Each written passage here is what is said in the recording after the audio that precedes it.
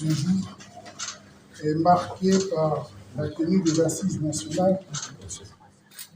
de la lutte contre la vie chère, organisée à l'échelle provinciale les 30 et 31 mars 2023 et au niveau national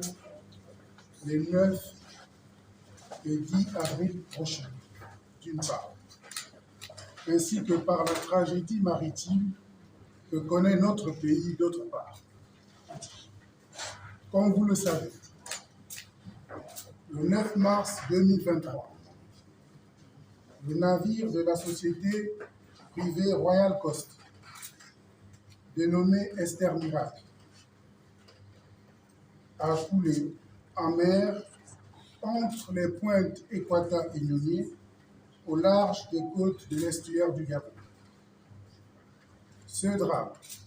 qui a endeuillé plusieurs familles, a plongé l'ensemble de la nation dans une profonde affliction. Un deuil national de 3 jours a été décrété les 14, 15 et 16 mars 2023. L'exécutif, avec à sa tête le président de la République, chef de l'État, son Excellence Ali Bongo Ondimba, réitère ses sincères condoléances à toutes les familles si cruellement éprouvées, tout en les assurant de son indéfectible soutien moral et psychologique en cette circonstance particulièrement douloureuse. Pour faire face à cette situation pour laquelle la Marine nationale avait reçu un appel de détresse le jour même, le gouvernement de la République assure des très hautes instructions du chef de l'État, pris des mesures d'urgence, notamment la mise en place immédiate d'un commandement des opérations de secours placé sous l'autorité du capitaine de vaisseau Charles Hubert Bécalé-Meillon, chef d'état-major de la Marine nationale, avec l'implication de toutes les administrations de l'action de l'État en mer, donc la Marine nationale, la Gendarmerie nationale, le corps des sapeurs-pompiers, l'aviation légère des armées, le service de santé militaire, le ministère de la Santé publique, la marine marchande,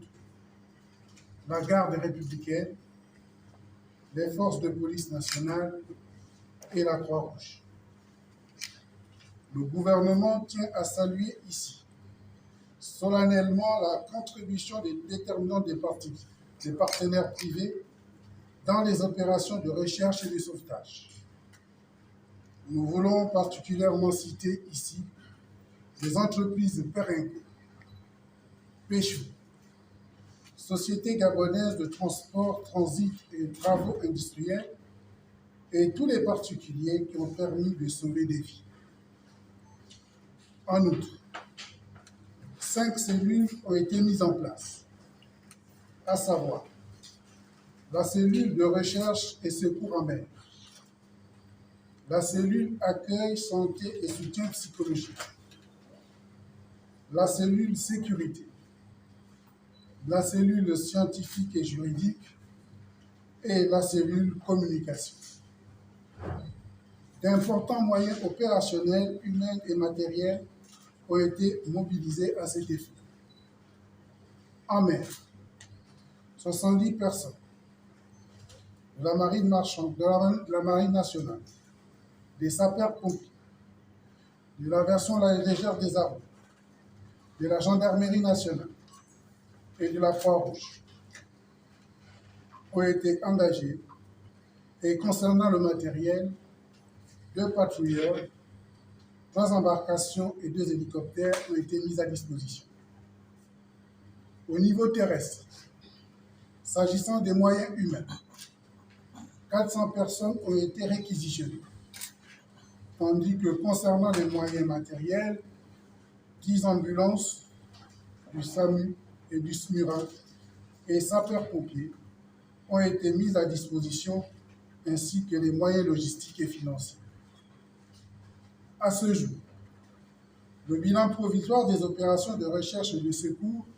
se chiffre à 124 personnes secourues,